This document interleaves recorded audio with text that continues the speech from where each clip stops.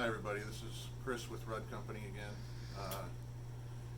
This time or today we're going to do a prime valve replacement on a Titan 440i, and the beauty of these prime valves, however, is it kind of goes all across the board. It works on Gracos and a lot of different models, so this procedure will help a lot of people with a lot of different models, and it's a real simple procedure.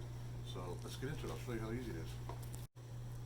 Okay, so we're going to do this prime valve replacement on the Titan 440i. Again, it is an older model, but this type of prime valve is used on so many different machines. It's used on Gracos, the 395s, the 495s, 595s, all those. But it's also used on a lot of Titans too. But it's so simple to use. You just very minimal tools to do this. You just need a punch and a hammer, and there's a pin right in here. And if you tap it with a hammer, you can knock that pin. You see it coming out the bottom there? And you don't even need to have it all the way out for that knob to come off. And pull the base off, and that exposes the actual prime valve.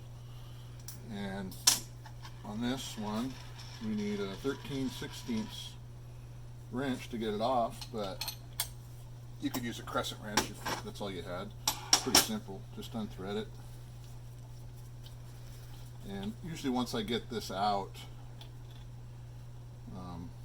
I'll check inside the hole, make sure there's nothing in there, no debris or a chunk of something stuck in there or anything. Usually they're in pretty good shape, but sometimes you do find something in there.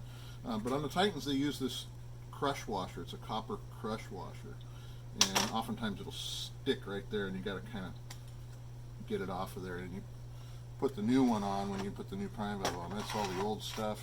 Here's my new one and the new crush washer.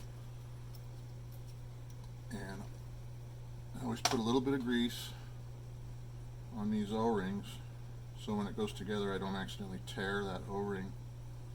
I don't want to put too much on, but just enough. And thread it right back in there. Like I said, this is so simple, it only takes a minute, which is the point of the video.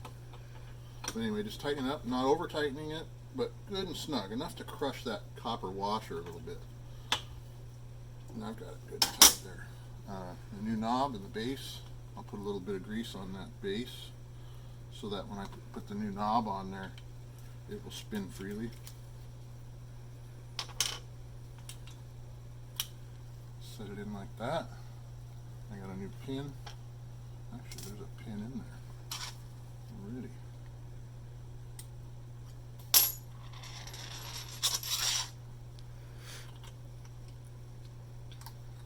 You do want to make sure that you get the hole lined up so that that pin is going to drop straight down in there.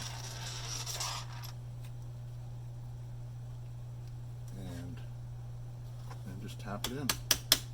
You might have to tap a little bit hard, but there it is. You can hear that it's actuating really nicely. It's got a good solid click to it.